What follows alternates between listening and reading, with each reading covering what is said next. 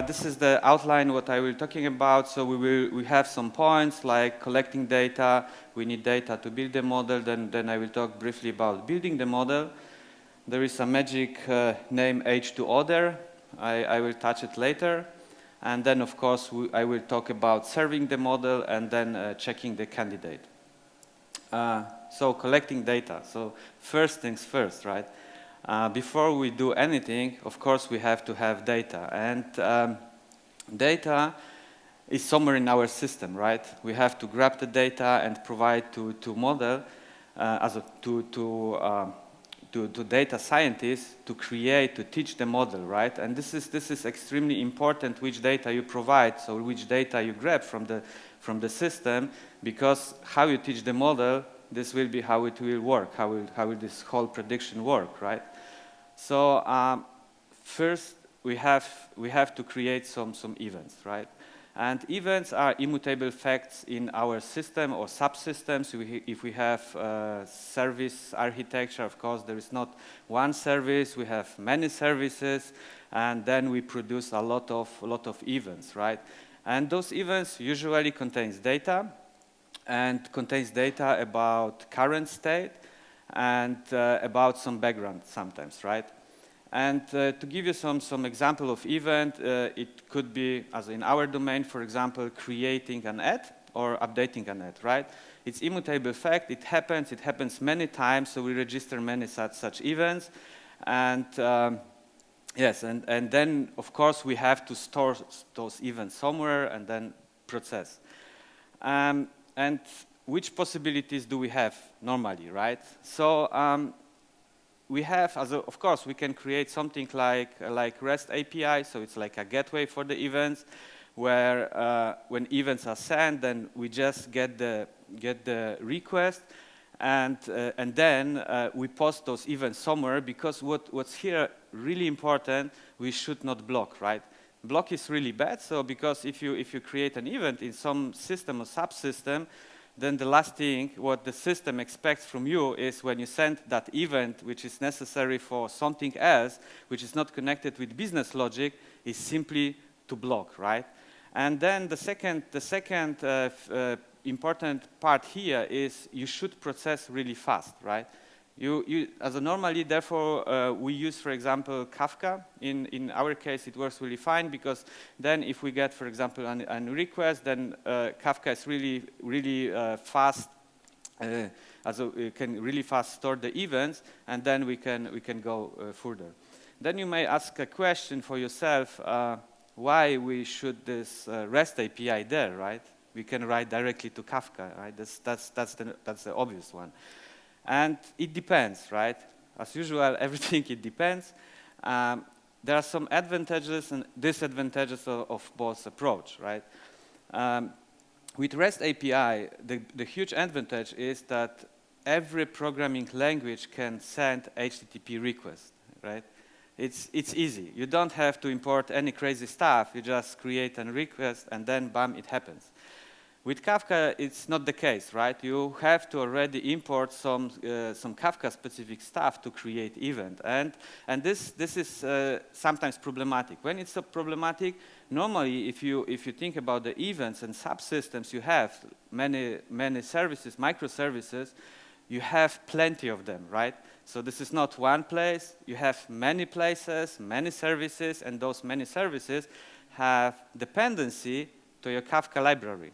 So then, if you want to write Kafka version, it could be problematic, right? Because it's really hard to say, hey guys, now we have upgrade 300 services. You have to write your client, and please do it on specific time, because we just update Kafka, right? So that could be problematic, but it's still an option. And below you see the last not option, I would say. Don't do that. Please do not connect to the database directly. It hurts, right? It hurts because when you connect to data directly, usually it works at the beginning. But then the team who is responsible for that database, for this specific domain, simply updates the schema, right? And how you detect that? Of course, on production. Yeah? You will get some events or even not get any events. and you will have some problems with query data, and yes, actually this is a huge problem, right? And then you have tight coupling, and you know, if we talk now about distributed system, so tight coupling is actually the last what you want to have in your system.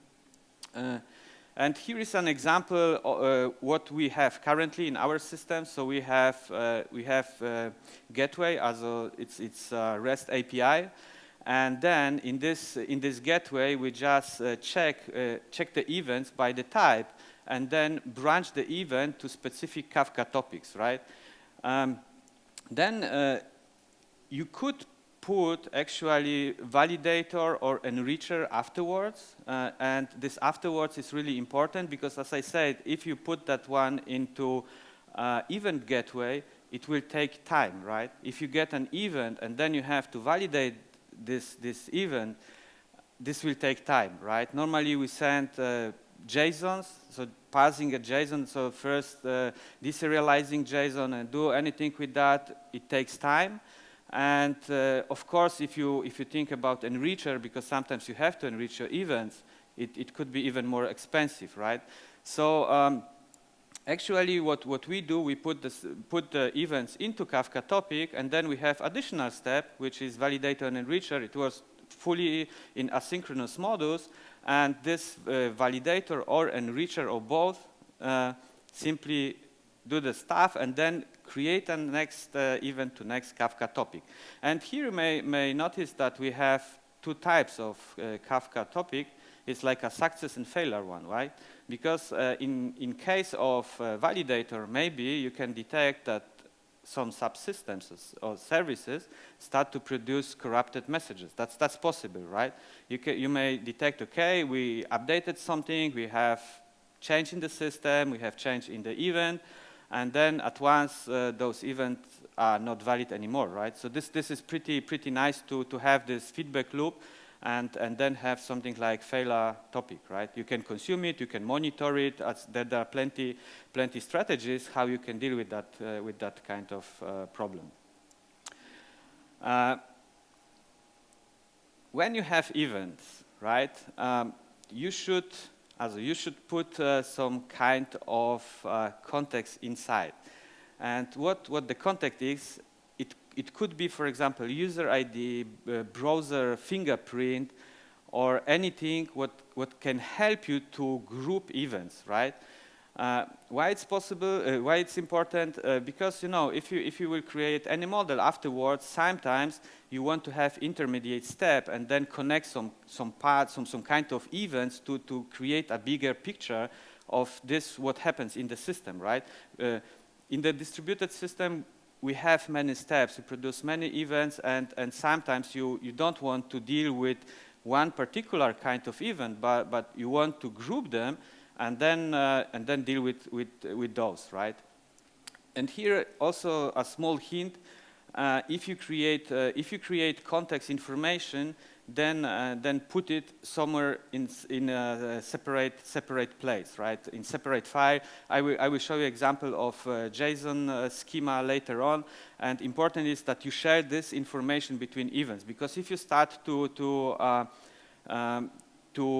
put that information directly in the schema of your event, then of course someone can create another one, and then you have some kind of discrepancy, and this is really hard to find.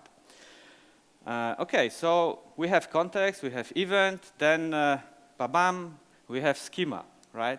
And similar situation like we have with the databases, like NoSQL databases.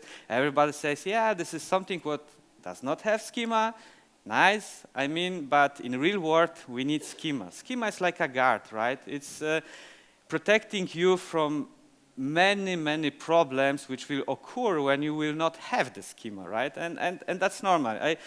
A good example here is data format, right? I don't know how many formats of data exist worldwide, and I suppose when you have teams, then they will really go wild and choose data formats as date formats, which is really exotic. Yes. What's more important is also, even if they use some kind of date format, it could be that you produce even in different time zones, right? And then when start processing, then you can face really interesting logical problems because, you know, some events which happens in the system yesterday will process as events from today. And this is not what you want to have, right? And also in the schema, as usual, we can divide properties on mandatory and optional. And this is what gives you confidence about quality of the event, right? If you say something is mandatory and then you have validation logic, of course, you can be sure I have all data which is necessary for me, right? In other case, this is really hard. You have to check somehow if the event is valid, and then you have distribute logic along all of services or some other places. And yes, actually, this is not what we want to have.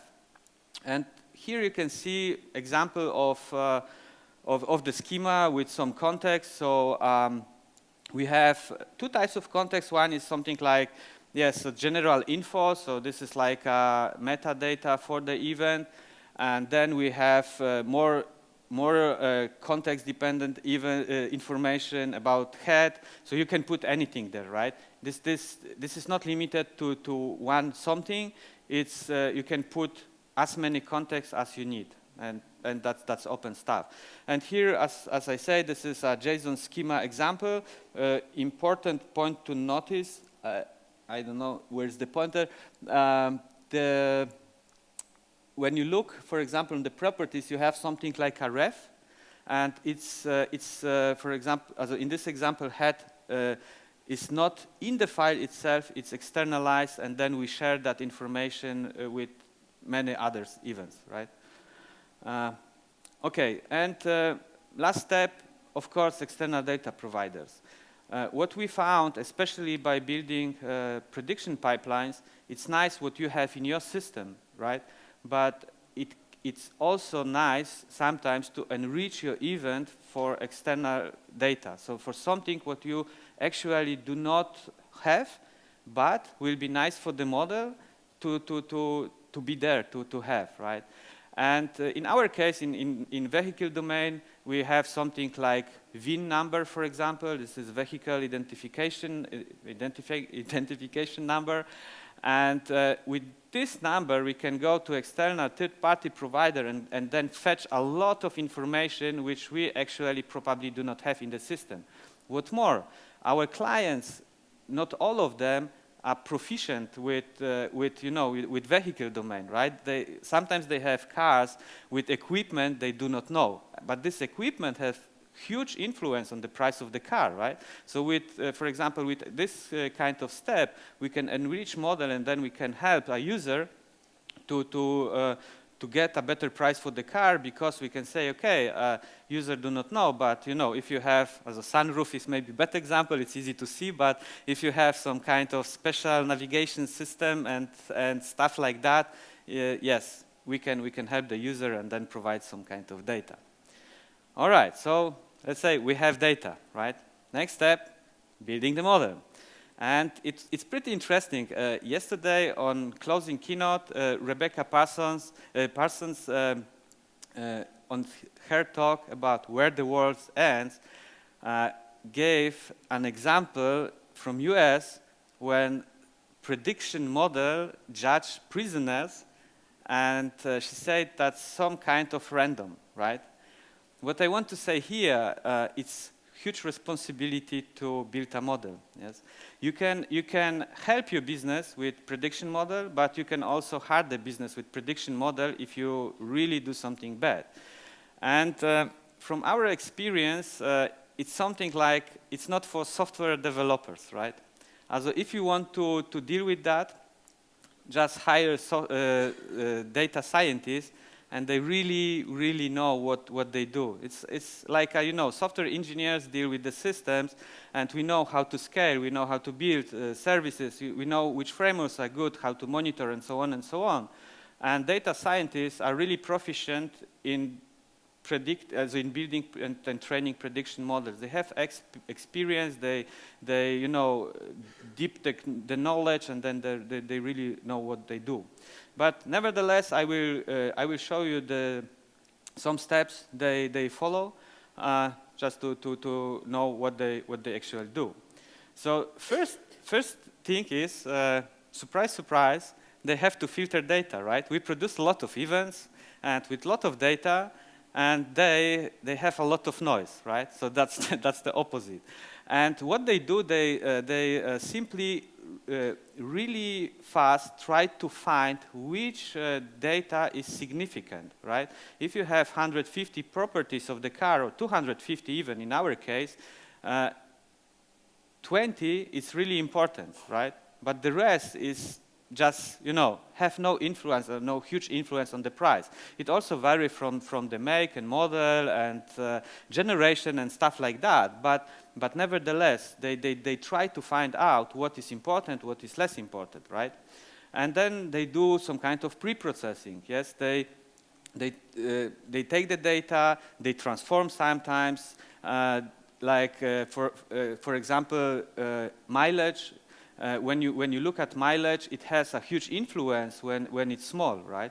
But above 200,000 kilometers, it doesn't count anymore, right? You reach your plateau, and then it has just small influence on the price.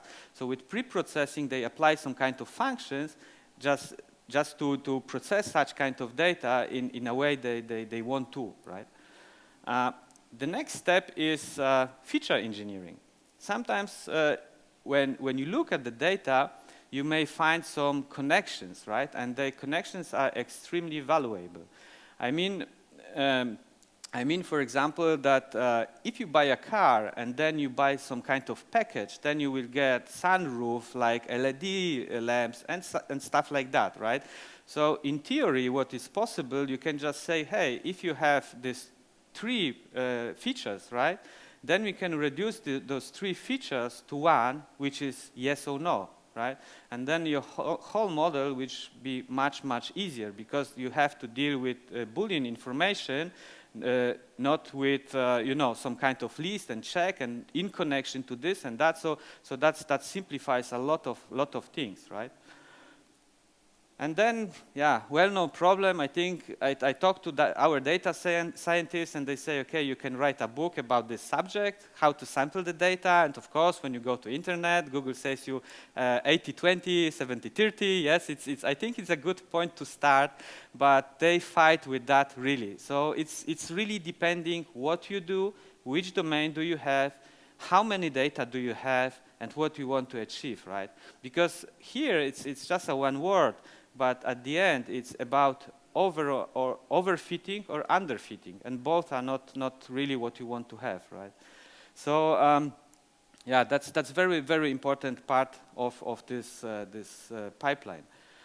And then experiment with algorithms.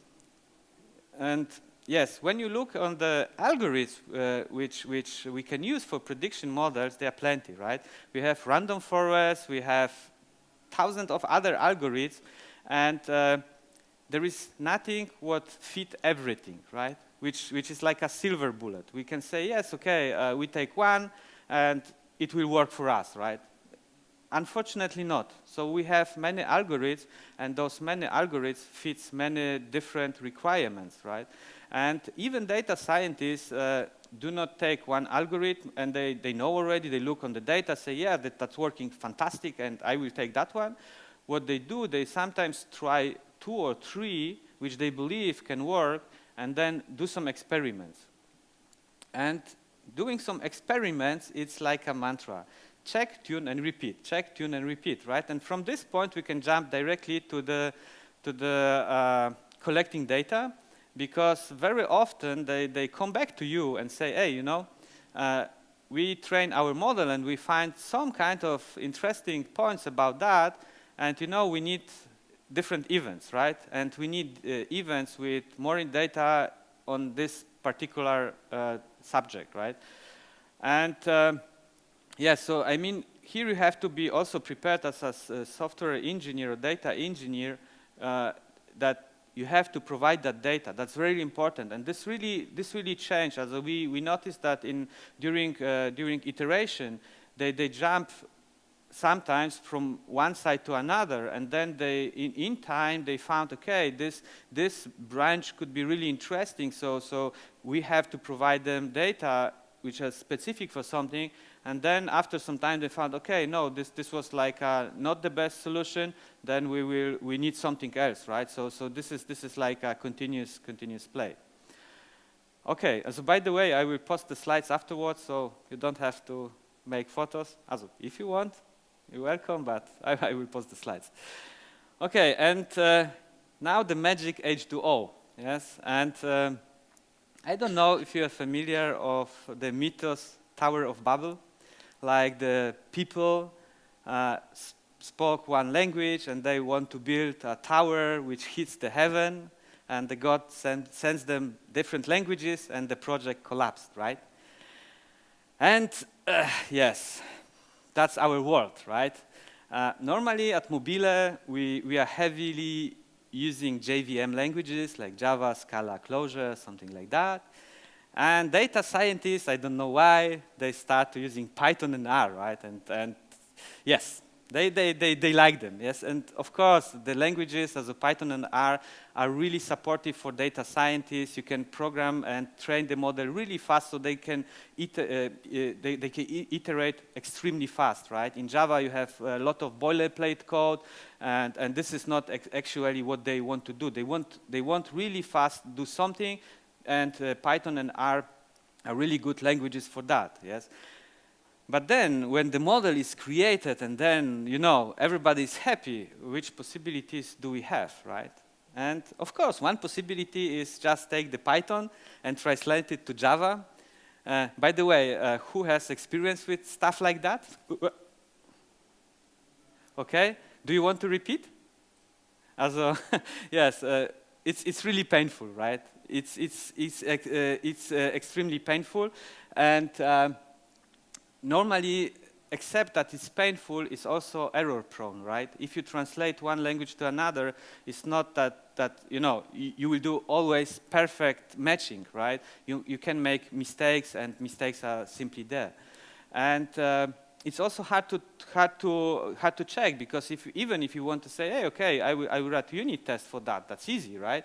So then you really slow your process, right? Because you have to ask the guys and say, hey, in this particular part of the Python code, please provide me input and output so I can check my Java code, right?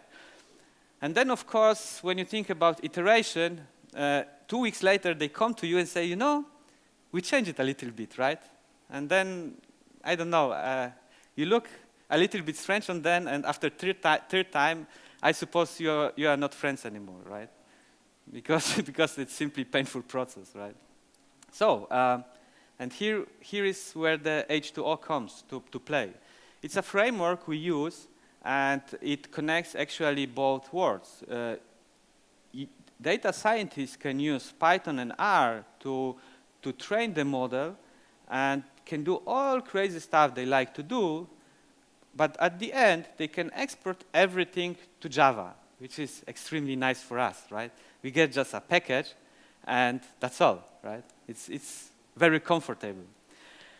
But there is also some kind of trade-offs and some kind of pitfalls, right? So the one is, you know, if you start to train a model, it depends, of course, from the domain in which you are. But sometimes the models can be really huge, right? It's not that you will end up with something like 2 or 5 megabytes. In our case, it was like, I think, 1.5 gigabyte of model. And I will come back on that later. That's the optimized version, right?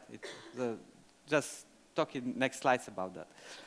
And what you can do in this case is simply you can create, think about hard branches you have in your domain, and then split the model. Yes.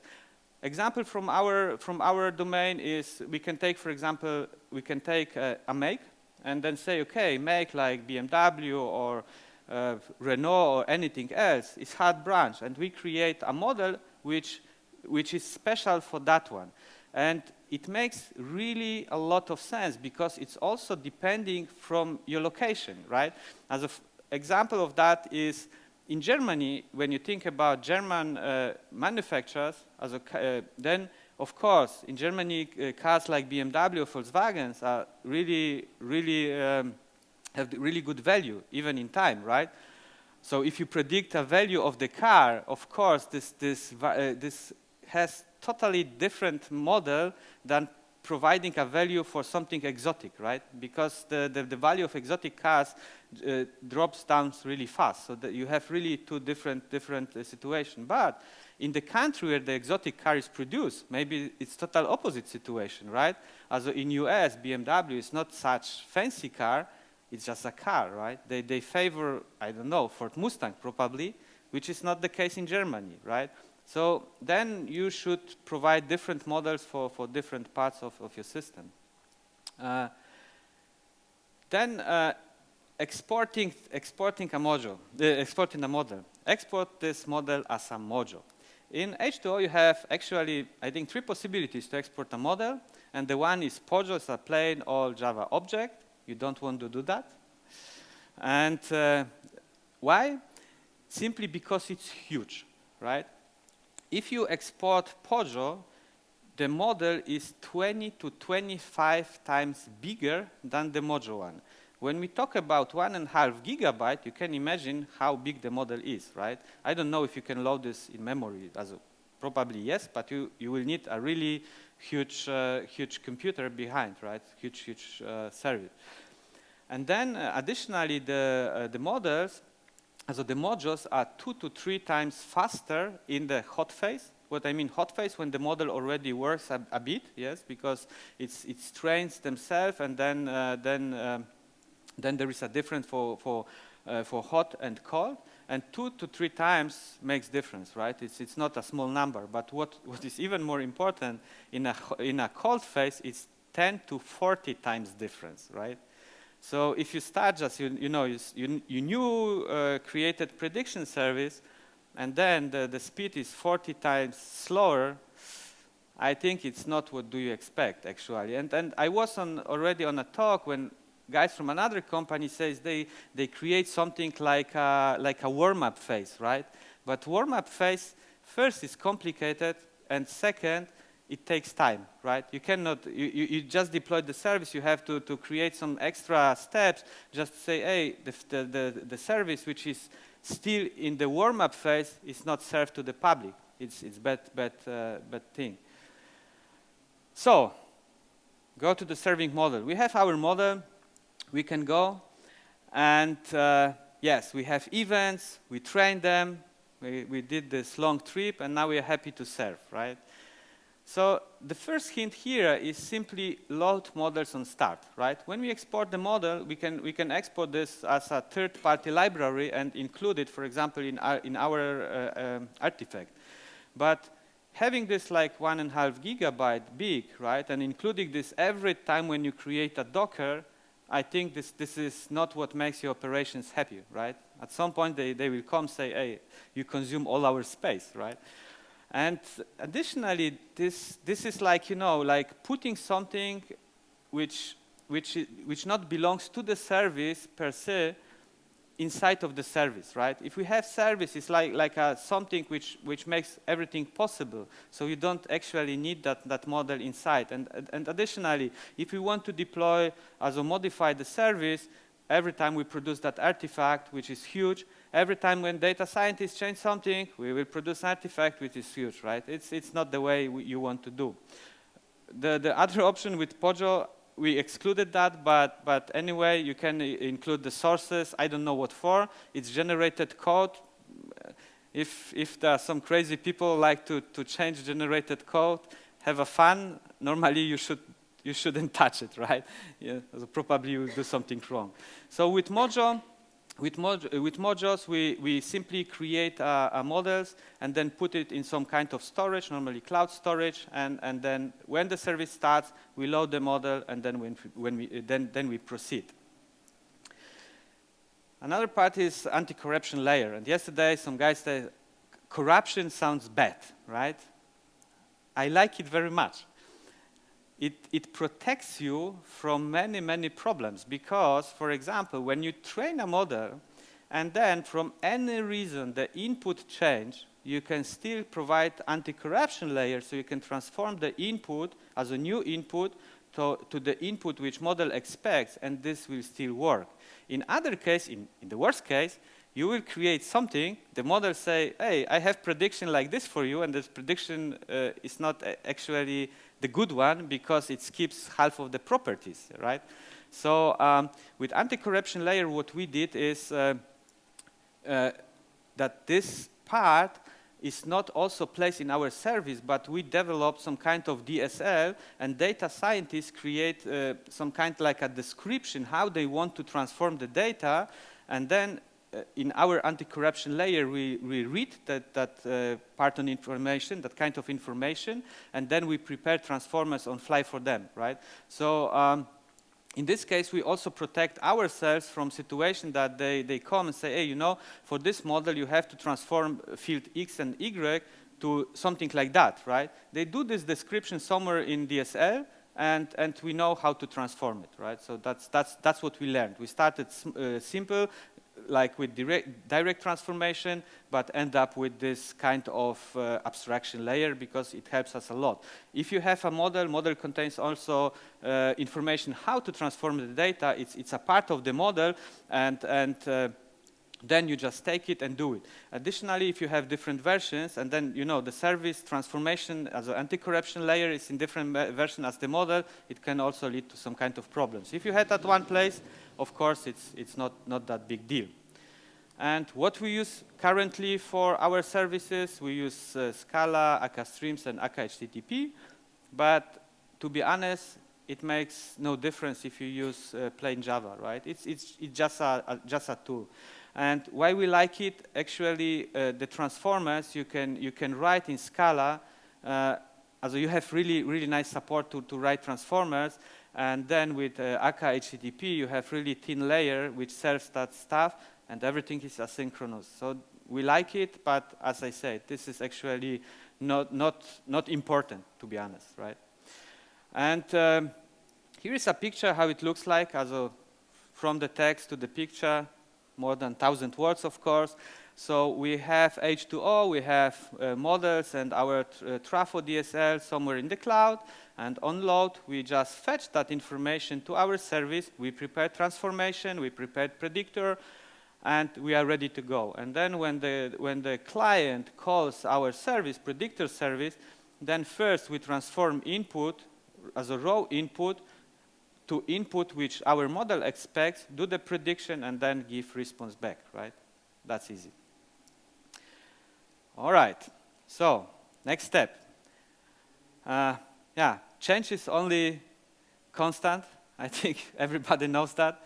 So in time, after you create your first prediction model, business comes and say, hey, you know, we have to adjust this and that, right? We want to do something else, slightly else. And of course, you then have to create a new model, right? So you have to repeat all that steps. And after you repeat it, you have to check somehow if the candidate is really working for you, right? Very important step. You don't want to just say, hey, we replace the model, and yes, let's see how it works on production, right? It's maybe not the best idea, especially when the user tends to get already some kind of prediction, and they know how it works, and at once you come with really, I would say, buggy predictor, then it's really bad experience. You want to protect yourself from that step. And what you can do is, so this is the first one, it's dry run. So we created kind of job. It's a job on purpose. It's very similar to service, by the way, that we also fetch the model from the cloud and then start the prediction. And in dry run, we just want to check if generally the model works. I mean, generally it's like, you know, if it's not explode. Because if it explodes, you can just skip whole next steps. It's buggy, right? So dry run, we have some kind of parameters, so we can say, hey, consume like 1,000 events or something like that, or work for 5 minutes, and then we can check, hey, it makes sense to do next steps or not, right? Then, very important part is test with live data. Why it's important? Because live data is different to the data you have on test system. What we tend to do, we tend to copy the data we like to test system and then go the happy path, right?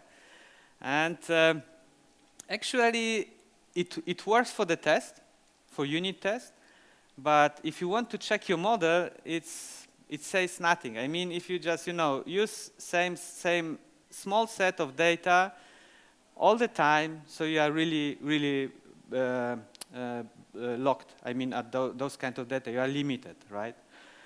And what we do is we produce our events, as you may remember, as we publish to the Kafka topic, and then we can easily consume Kafka topic. It's really invasive, right? And if you're a little bit familiar with Kafka, it's easy to say, okay, when this checker is finished, right? It's ready. We do not have commit offset, right? So next time when the job starts from the beginning, right? Really, really easy and really powerful. What you should do is you should at the end of the checker store it somewhere, right? You check the data, you make like a prediction. You want to store the data because you want to do consistency check, yes? And consistency check in our case is something like we go through live stream of ads, and then we know what was predicted before, and then we start new predictor, and then we store, let's say, production state and then candidate state, right? And then we can create some kind of dashboard and check if everything is fine, right?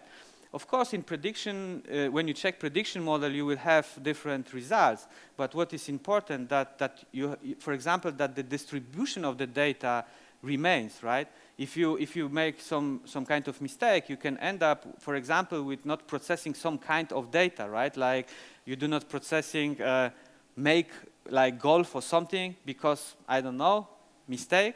And then in the distribution, you will see that this kind of input is not processed. Also, you may check what is the distribution of your prediction, right? You can create heat maps, and then you can see easily where the data is placed, right? So very, very helpful tool for data scientists. And this step is manual.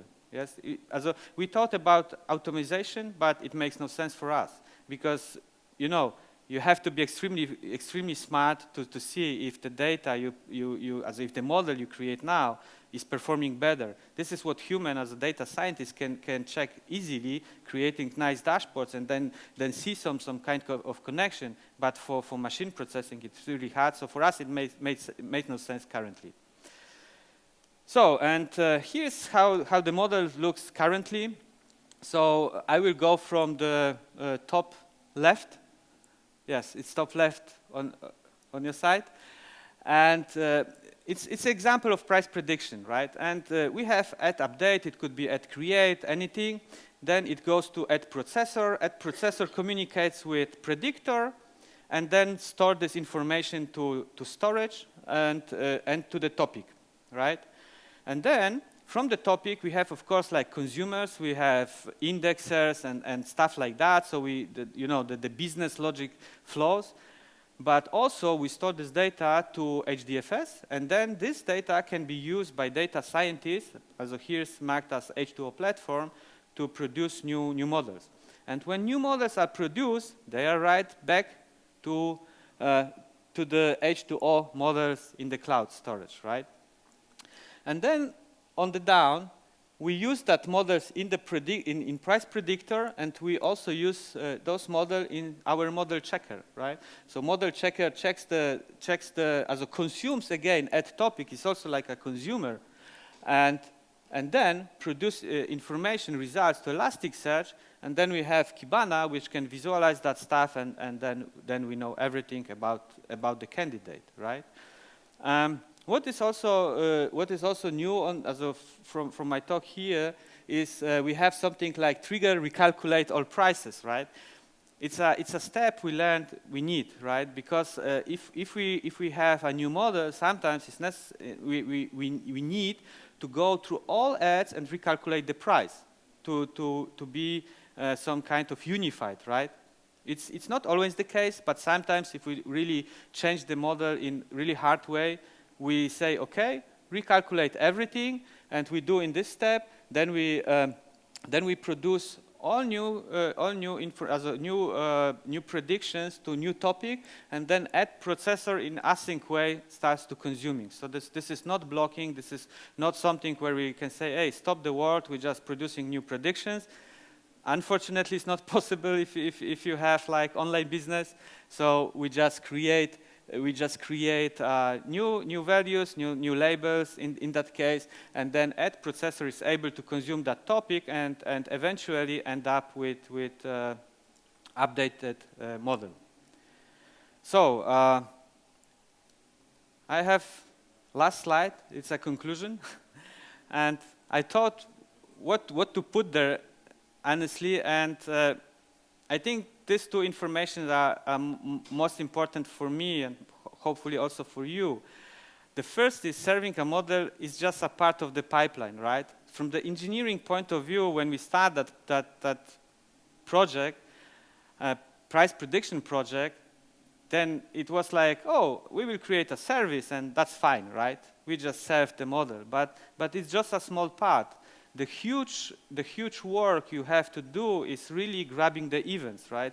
Like fetching from the system. That's important part. Serving is, I think, the simplest one if you use something like H2O. You export, you have some anti-corruption layer, so you have fun as an engineer to create that one, but afterwards it's just normal service. And also, the second point, data quality matters. This was actually what we struggled a little bit in the past, and really important that you do some kind of validation, right? Because when you start consuming events, and these events are have poor quality, then you will create model which has also poor quality. It's just, you know, proportional. So that's 2 points. And then I have to put that slide, photo credits. If you like photos in the background, you can check those on Flickr. And yes, remember, rate this session, and thank you for your attention. I'm ready to get some questions if you have any.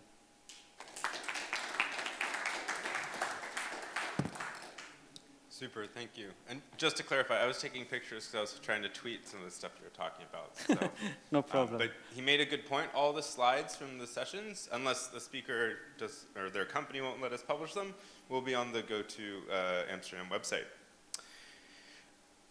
So we got a few questions, and I don't think we're going to have time to get to all of them. So if yours doesn't get answered, ours will be up here later, and you can feel free to come up and ask. Yes. Okay, so your data science team, or I guess it's the side of your brain that was doing the data science. You can call it like this, yes. So were you able to apply deep learning algorithms in real time or nearly real time in this production environment? Yes, as we experiment with many algorithms, also with deep learning and real time. And we have some progress in this area, and we currently have one. But as I said, this is what the data scientists do. I mean, the biggest challenge is simply to do live streaming there, right? You have to get the data, and you know, even if you train your deep learning part, it takes time, right? And then you have different technologies like TensorFlow or something else, and maybe they are not so Java friendly, so you maybe have to even expose like a Python service in some kind of Docker. We experiment also with that one, but in this case, you will not reach the speed, for example, we like. So for us, deep learning is something we do async in the background. Cool. And are you using Kafka streaming for validation and data enrichment? If not, how do you deal with this in a distributed environment? Also we do data validation and enrichment with Kafkas. and then you have distributed environment per se. You have one topic has partitions. When you connect, then your client is always, this is specific of Kafka, connected to some kind of partitions. And then you will, it's possible that you will consume something twice, at least once. They also promise now to deliver exactly, to exactly once, to process exactly once. But if you have distributed system, I will not fight to do something exactly once. I will say at least once, right? It's, yeah, in distributed system it's normal. Cool. And the last question, how do you store the model to load it on start? How do you store the model to load it on start? Is it with serialized Java? Yes, when we export the model from H2O, it's this small job, but at the end you have nice Java package, right? So this is just a jar file, nothing special, and then you can use that one from any storage you like. In our case, it's internal cloud solution, but of course you can store it in file system or I don't know AWS. It depends what you use. Yes. Super. And if you have any questions, then just approach me. I will be happy to answer them. Okay, thank you very much. Can we do one more round of applause?